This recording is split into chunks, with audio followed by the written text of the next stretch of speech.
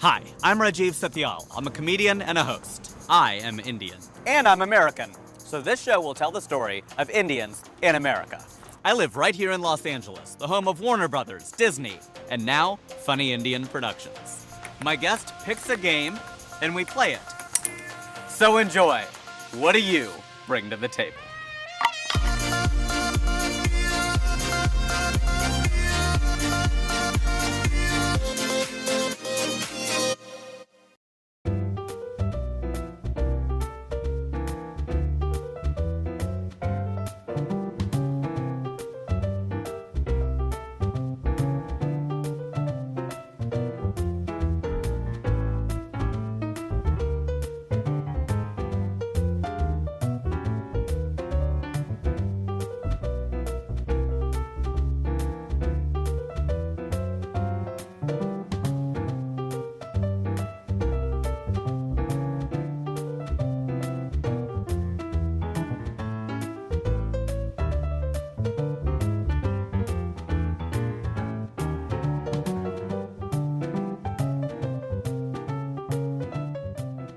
Welcome everybody to this episode of What Do You Bring to the Table? I'm your host Rajiv Satyal, and I'm sitting here with the lovely, amazing, talented, first Indian ever winner of Miss America, Nina Davuluri. Thank you so much for having me. Was that a good intro? It was great. I feel like despite my voice today, I feel like that was still a pretty good intro. It was perfect. Good. All right. Is that what you refer to yourself as? Like, what do you call yourself? Like, are you actress, host, model? Yes. All those things, one of those things. I definitely would say speaker and advocate first and foremost. Through my platform as Miss America, has been celebrating diversity through cultural competency, which I'm sure we'll talk a whole lot about. Oh, absolutely. That's what the whole show is about. Yeah. I know we've overlapped even at like speaking some of the same events and some of the same things. Oh, we also have to play the game. Okay. Yeah. So you can go first, and hopefully it's close. That's good. When was the last time you played Connect? I have no idea. I actually think it might have been with one of my little cousins. I'm one of 17 and I'm the youngest, so all of my cousins have kids now and they're all so we have I think between the ages of 2 years old is the youngest to 15 years old and everything in between. So it's always, holidays are always fun. That's quite a range. So where in India does your family hail? My mom's side of the family is from Vijayawada, which I would say 4 hours from Hyderabad, and my dad is from a very small town outside of Guntur. Is the closest city. Where? Yeah. What city is that close to? Is that also close to Hyderabad? It's closer to Vijayawada, about maybe 30-45 minutes. Wow. So that's where they're from. My grandmother actually still lives in Vijayawada. And Okay. So does some of my mom's family, so we go back probably once a year. Oh, you go back to India once a year? Yeah, That's pretty frequent. Yeah. And you must love it. I do. Yeah. It's always nice to see family. So. That's really cool. And so, how did being Indian affect you? Like, good, bad, however, how would you like to say it? I know after Miss America, there were a lot of kind of things going on, a lot of turbulence and things like that, but talk just generally about you. Yeah, well, I think growing up, it was probably in 3rd grade, I realized I was different. And I also grew up in Oklahoma, a very small, predominantly white, conservative town. Sure. And everyone always, when I said I was Indian, everyone would then say, well, what tribe are you in? Right. And they would assume I was Native American. And so I remember also feeling confused about my own identity and culture because I wasn't sure where I fit in the category. And so that was kind of really when I noticed I was different culturally and ethnically. And when I was 10, my family moved to Michigan, very similar experiences. I was one of the only Indian girls in my classes growing up. Sure. And I think middle school is like the worst time for everyone. Oh, it is. I mean, it's the most awkward possible, it's the most awkward version of yourself. Right, there's no good story. I mean, there is in hindsight maybe, but so middle school, it was, you're still kind of trying to fit in while being true to yourself and all of this, that struggle. And I think what was really difficult is that my parents really didn't understand what I was going through in the sense of, we're a 2nd generation. And so that constant stereotype of, are you gonna have an arranged marriage? Do you worship cows? What does the red dot mean? And your house smells like curry. So I think addressing those stereotypes was something I constantly found myself doing, and I would say, well, no, that's actually not it. And yes, it gets exhausting and repetitive over and over again. And yes, our house smells like her. Right, yeah, exactly. And that is true. That's not a bad thing. Yeah. Yeah. And so that was kind of really the start of my platform, was just realizing that we have to be our own advocates, and we can't expect everyone to be 100% versed on any culture, not only Indian, but around the world. And we have to be willing to teach as well. Now, what happened in 3rd grade for you to realize you were different? So when I was in 3rd grade, there was a young boy who came up to me and he said, "Nina, do you believe in Jesus?" And I said, "Well, I believe in God and I'm a Hindu." And he said, "Well, if you don't believe in Jesus, you're going to hell." That's a pretty good impression, by the way. I know, you need to put accents on your... Yeah, I was going to say, that kicked in pretty well. I closed my eyes, I thought I'm sitting across from, my wife's from Texas, so yeah. Okay, all right, one of my hidden talents. Yes, well done. And so I remember I went home that night and I told my mom what had happened and I was in tears over this, and she had said, "Nina, sometimes it's best not to talk about our religion because not everyone might understand it." Sure. And I can see, why maybe, 17 years ago she would say something like that. Sure. But the reality is, we were just talking about this earlier, that even in today's society, there are people still having those conversations with their children. It's very real happening today. And, I think when I look back on my experiences, I would think, that was this many years ago. Right. I would assume that we've evolved in terms of a country and a nation and people, and sadly, that's... We've devolved, if anything. Yeah. Do you think things in the world are getting better or worse? I think more people are speaking up because of the climate that we're in. Mm-hmm. And I think we've seen definitely a lot of activism from young people. And I think I was really surprised. I've done a wonderful college tour. I've been able to speak with quite a few different colleges and universities, which is one of my favorite parts. And I remember right after the election, this past year, I was speaking at a university, kind of in the Midwest, I would say. We don't have to say where. Okay, all right. And I remember it was probably around March, right after inauguration. And I remember being extremely prepared because I just, wanted to be able to address every topic that could have, happened. This was after the Women's March. Right. The travel ban, there were so many things happening in that period. Yeah. And I remember being ready for all these questions and conversations, and not a single person did it even really go in that direction. It was more, my talk was diversity, cultural competency, and it was more, what was your favorite memory of Miss America? Which is fine, I'm happy to I'm happy to answer those questions, but I think I was also surprised in terms of how much apathy young people might still continue to have, especially when I guess maybe living in New York, you see so much activism around you constantly. But how that trickles in our nation, I think, is a question we should be asking, because those are the people we need to target. I miss America too. That just occurred to me, I guess. Well, I don't know, maybe it's also the way that, beautiful people, of which you are clearly one, are portrayed. I mean, obviously you're beautiful inside as well. I've gotten to know you. But external beauty, a lot of time, maybe they've been fed so much Kardashians and so much whatever. It's always funny to me where actors or actresses or hosts or speakers even will speak up about politics. And people are like, oh, we don't want to hear about their politics. It's like, you want to know what they eat, what they wear, whom they're dating. Exactly. And they make one statement about politics and they're like, oh, well, we don't want to hear about that. So then maybe conditioned to just ask you about makeup. Yeah. Which is so much more than that. You're exactly right. And I think that's kind of the struggle even continuing forward when you have a title like Miss America, which is, I'm not going to sit here and deny that beauty isn't an aspect or component of it. But it's also kind of hard to find your voice in a different space outside of that realm too. So it's a constant struggle, push and pull, I think. Yeah, no, I would completely agree with that. And I applaud you on all the work that you're doing. Oh yes, and thank you. It's always the most awkward thing, when the guest hasn't played the next move, and I'm like, how do I politely say go? I'm not really sure how to do that sometimes.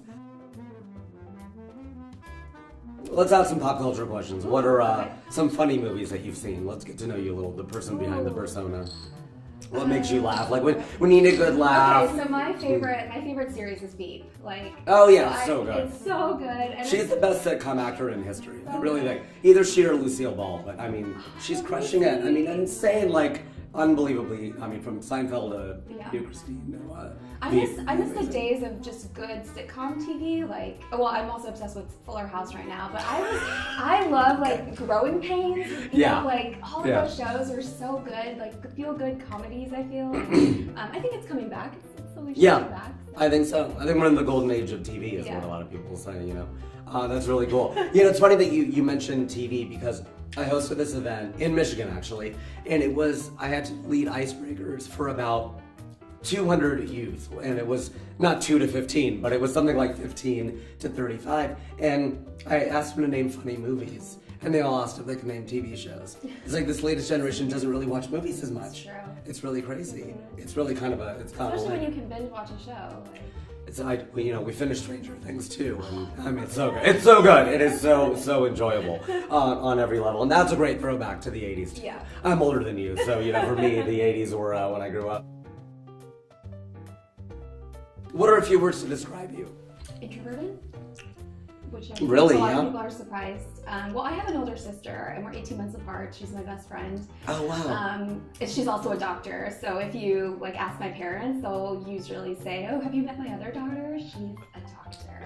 That's like the old joke. Yeah. There's an old, I think it's sort of, it's like a Jewish joke, but some of the first Jewish president, and then the mom says, to the person next to her, hey, his brother's a doctor. Yeah. Right? Yeah, I think we were talking about that. She was older, so she always talked, and I didn't really need to when we were younger. So I'm the eldest of three, and I know what that's like.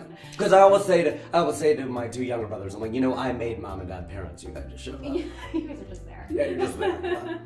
So has it been a challenge to do the speaking and advocacy and everything as an introvert, or is it more just kind of where you get your energy? Right, it's definitely a place where I get my energy, and I think I remember my first interview that I did. My dad was like, "You can talk? We didn't even know Nina could speak." Right. That's so awesome. So it was one of those places where it was something I knew I was gifted with, and it came naturally, but it was kind of a secret. Yeah.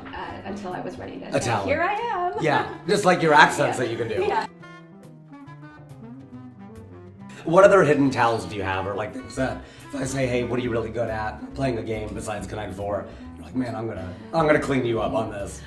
Super Mario, Nintendo. Wow. I have beaten Bowser too many times to count. Amazing. I know, I would like to say every single one, but I know a lot of secret passages. Okay. Which I think are most of them. Within Super Mario. Within Super Mario. Okay.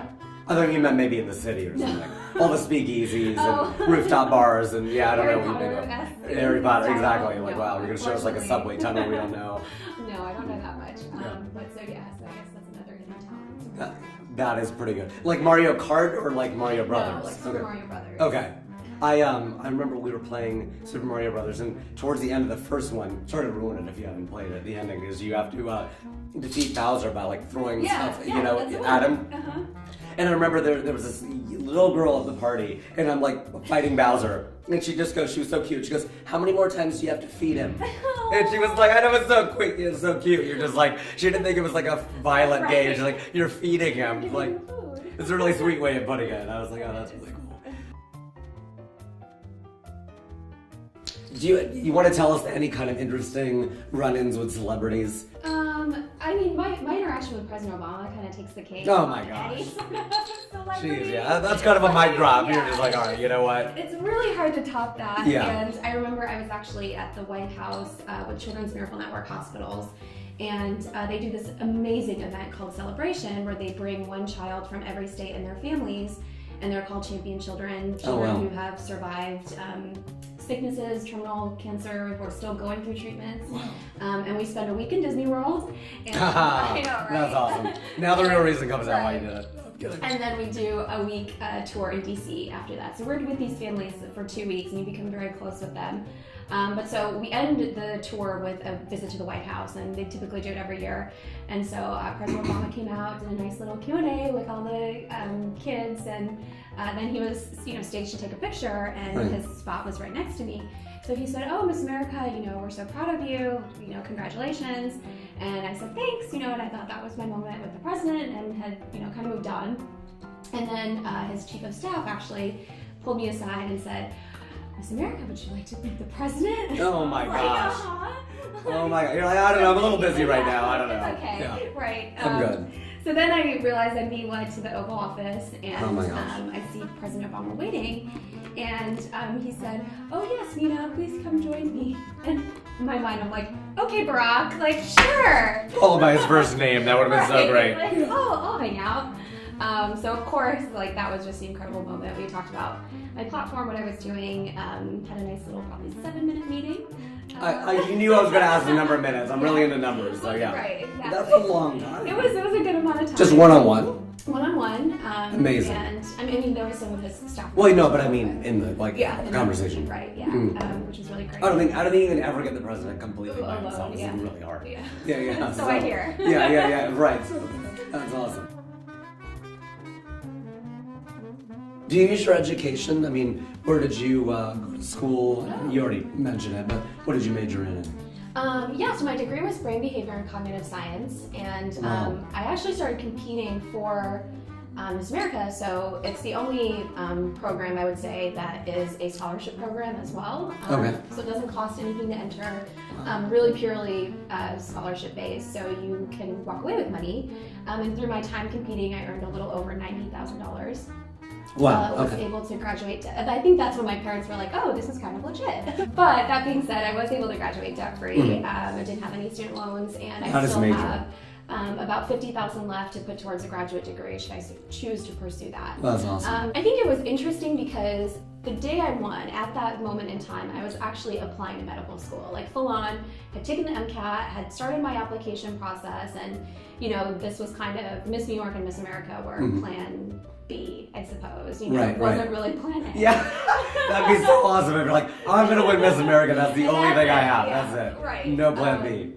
And so that was what I was doing. And the day I won, the week I won, I basically withdrew all my applications. And I think secretly, I feel like I had competed when people ask, why did you compete? And yes, scholarship was certainly a part of it, and of course the platform aspect, but I think I also really knew that I just didn't want to be a doctor. And to actually verbalize that and say it to my parents who had invested so much in my education, and I had too at this point. Of course. That's what I went to the college for, and I thought that that's what I was supposed to do. And so Miss America was a dream of mine, and when it actually happened, it was, okay, I think I can do something else. And I really genuinely can wake up and say, this is what I was meant to do. It's amazing that it takes that level of an accomplishment, like we were just talking about, for your parents to be like, all right, you got to be a doctor. I think for me, when I opened for Prime Minister Modi, because I did that in, and you did that out here. Yeah. Well, we both did that. It's so crazy. I forgot about that. Because you did it before I did, so you went.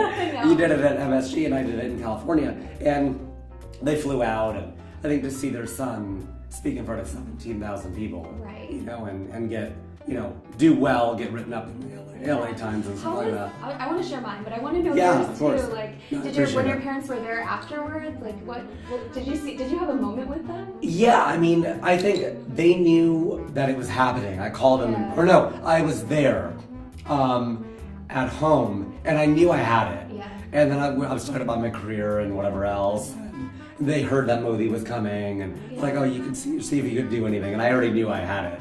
And then I said it would be pretty cool to do that. And I really hammed it up, I don't know. And then at the end, I was like, by the way, I'm opening the show and I'm seeing it. Oh my God. And they went, what? And they're just like, really? And they said, oh, we got to come out and see it. I remember seeing them there while I was on stage, and then even afterward, just like the hug and the moment, and because once you book it, it's great. Right. Then you're like, did it go well? Yeah, now luckily it did. Now you gotta do it. Now you gotta do it. I know, exactly.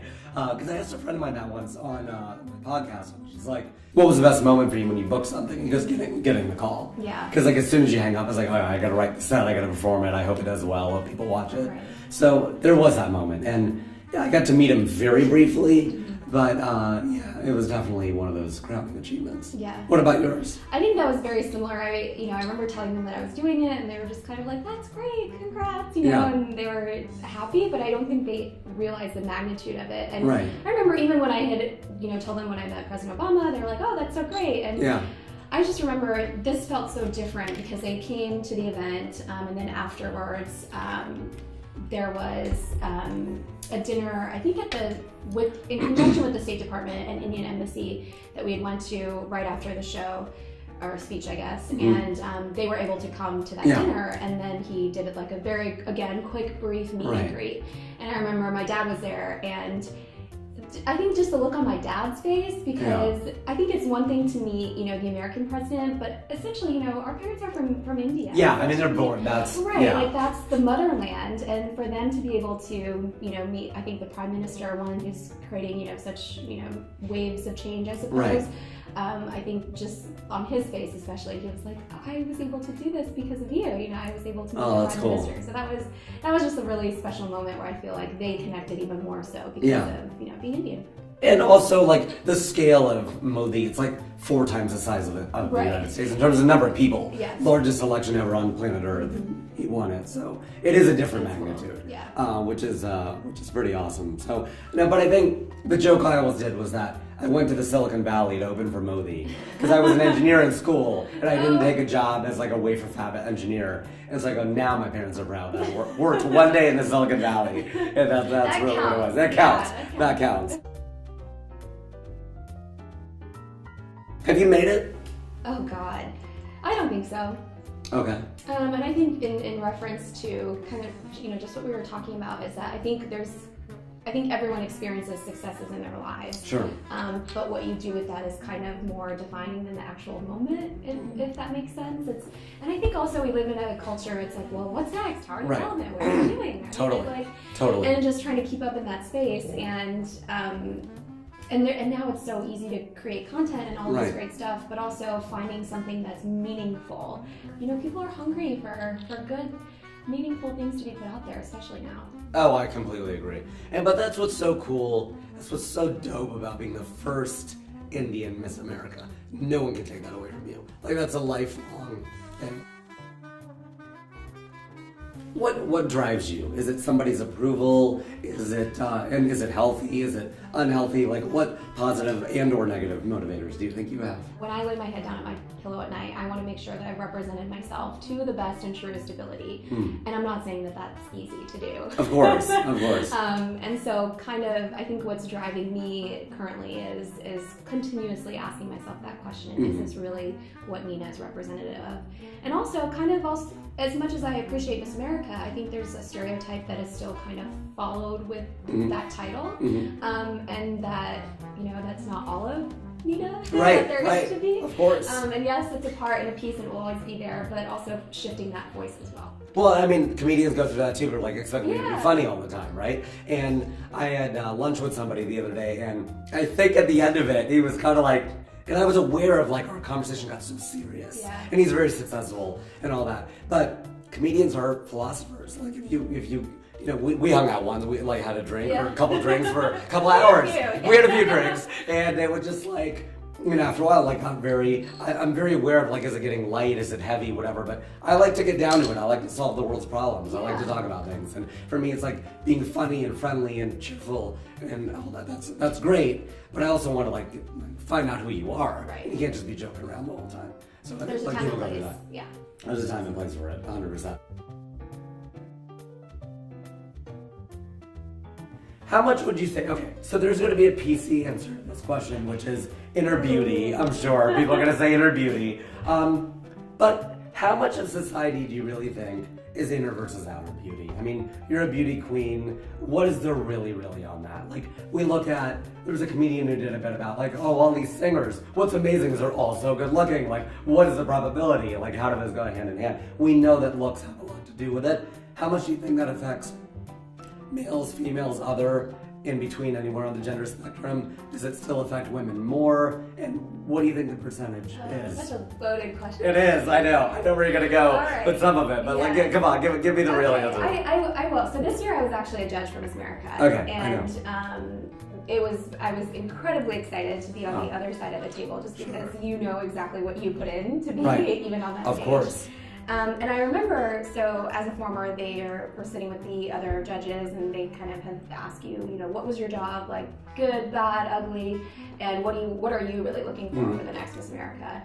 And I said, you know, honestly, I think unfortunately what people don't see is that there's a 15-minute private interview that the judges have with every contestant, and they can ask you anything, like very similar to you and me, but like a panel of 7 judges, any question is fair game, from political, your platform, life, like anything. Wow. And so that's really where Miss America's won. Like, your job is to be a speaker and advocate. It's not to pose for a pretty picture. Yes, like that's part of it, but not all of it. Okay. And so I will always say, you know, the biggest thing I learned is that Miss America and having a certain look will certainly get me into certain rooms. I can get my foot in the door, and I will have a leg up on other people who might not. But at the end of the day, I have to prove that I belong in that room. So yes, there's an outward level of beauty that might get you to a certain place, but if you can't speak, if you can't do the job that they want you to do, or whatever it is you're looking for, whether that be in hosting, entertainment, physician, doctor, whatever it is, if you can't do that job, then ultimately you're not qualified. That is really well said. So I think, yes, I think it is a loaded question because you can also be aware to use that to your advantage. And I think we've all seen kind of both sides of where it might pan out and where it doesn't. I've often heard, that's such a great, I've heard that the first door is easier to open, but the second door is harder. Yeah. It's like when you get in that room, a lot of people kind of want to take you down. Oh, she's just here, he's just here. They're just a face. They're just good looking. Right. And then you have to work that much harder to be Absolutely. like more than just a pretty face. It's true. Yeah. Luckily for me, I'm not that pretty. I get in the room. Well, also being funny, that's an advantage because people don't want to mess with you, right? They're like, well, if I say something to this guy, then who knows what's going to happen. No matter how successful you become, and clearly you are in shape, but you take care of yourself. I remember when Fergie was like, I still go to Taco Bell. Is there any like low-end food that you're like, dude, I don't care how successful I get, I'm always gonna eat that. Oh, absolutely. Taco Bell really, truly Yeah. is like number one on my list. They open these cantinas now where you can get alcohol there. At Taco Bell? Yeah, What? that's dangerous. Yeah. They open one in Cincinnati, I think they have one in LA. I'm sure Oh they my have one here. goodness. Yeah, that's crazy. I've yet to check that out. I know. Maybe the next time we do drinks, we'll go to Taco Bell and drink. I don't know what you could get there. Margarita, maybe. I'm not sure. That'd be pretty. Baja Blast. Baja Blast. That would be pretty legit. That'd be pretty great. Yeah, Taco Bell, but I guess maybe Burger King. Like I love Burger Really? King. Absolutely. A beauty queen loves Burger King. That is amazing. It's so classy. A beauty queen loves Burger King. Yeah, so those are my two favorite. What's your go-to dish? I always get the veggie Whopper. And a vanilla I was shake. gonna say, I was like, I didn't think you were a beef. Yeah. No. Are you a vegetarian? I am. Okay. Which animals have you ridden? Oh, I rode a camel when I went to Egypt. Oh, wow. Which was like the best trip of my entire life. It was a cousin's trip and we all went. It was 2008, so before the revolution. I mean, it was just, Egypt is such a beautiful The Egypt country, revolution. like- I was thinking about this revolution. We've had so many. I know. The Obama revolution is where I was going with that, which is a good one, I think. But right, because the fall, was that spring of 2011? 2011. Yeah. Arab Spring, yeah. Oh wow, okay. So it must have been amazing. It was incredible. I fell in love with it. I fell in love with it so much that when I went back to school, I ended up taking an Egyptology class. So you know a lot about Egypt. I know a lot about Egypt. Wait, what was the question? I don't know. Okay. I guess that's the end of my Egypt. I asked you what animals have you ridden? Oh, camel. That's Okay. and then a horse. Okay. I'm pretty sure a pony at some point. I was gonna say maybe a pony. Yeah. Okay, that's really good. I rode an elephant in India. That was pretty great. Oh, I've never. That was pretty awesome. I mean, Did you you're ride in the one for your water. wedding? No, so I'm not really. This is gonna sound bad, but it's gonna get good. Okay. I'm not like this huge like animal cruelty advocate. Okay. Well, not of animal cruelty, but against it. But at the same time, I was like, the whole horse and elephant thing for weddings does feel cruel to me. Mm-hmm. And I know that the barat is like the one thing they say about Indian weddings, the barat is like where the man comes in on the horse or elephant, Right. and there's a one part that's really about you, because everything else is about the bride pretty much. Yeah, that's true. So I was like, you know what though, all my life I've gotten so much attention. I want to do a car, and it was like a '57 like Lincoln Continental, and it was my brothers and we came in together. Oh, So I want that's to cute. share that moment with them. Yeah. So I didn't ride a horse, much to some people's dismay, but I loved it. I thought it was just a great moment. It's different. Rolling in with my boys, like had some music blasting, Yeah. and you're like, we threw in like a lot of Indian music, of course. Yeah. But I was like, for just a minute, I need to hear like some Snoop Dogg, and we did. I was like bouncing, like, come on, man, this is my barrage. This is I gonna bet be that dope. video is gold. It is pretty legit. It is an Indian wedding, so it's literally Yeah. gold, I guess. But yes, that was pretty amazing. When did you know you were good at what you do? So like speaking, advocacy. Definitely in high school. I was always viewed as a leader, even though I didn't necessarily perceive myself that way. And then I kind of started noticing that was Like, kinda, yeah. I was like, okay, like Yeah. I can kind of lead, and people view me in that role. And so it was definitely high school. I was always involved in like student government activities, and then that transition to college too. I was always in some sort of executive board position. And I remember, and I'm really grateful for this friend, especially in college. And whenever you have a male say that to you, it was with the Indian organization I was a part of at Michigan, and so we had this transition meeting, and he said, I really hope you continue staying on board. It was like, because I don't know if you realize this, but when you speak, people listen, and it's a very rare quality to have. And this was one of my dear friends, and and he was also male. So for him to say that, I mean, not that I needed a male validation, but it's just why does that matter? It's also another perception of, okay, I'm not just empowering females. My voice isn't just affecting them. Sure. There are male counterparts who are taking me very seriously in this role, and that was some sort of validation. I think that was helpful moving forward. Yeah. What's your karaoke song? Are you a singer? Oh yeah. Okay, so I love to sing. I don't sing as well as I dance. Yeah, because you're a pretty darn good dancer.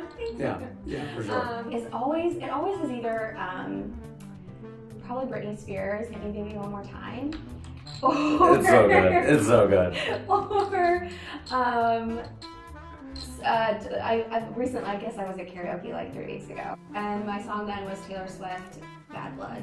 So That is a good one. That's a good one too. When I sing everything.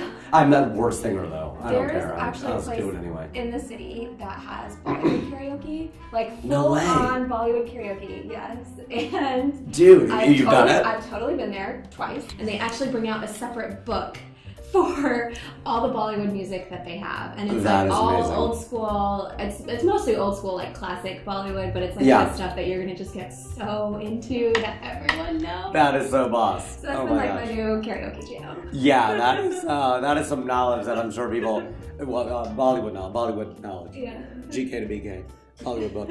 That was really amazing. We need to finish the game, so we're gonna do we'll do a speed round until one of us loses really quickly. So I think it's your turn, and we'll just wrap this up real quick. And then we'll go from there. Anything else, guys? The guys that you can think of? I don't know.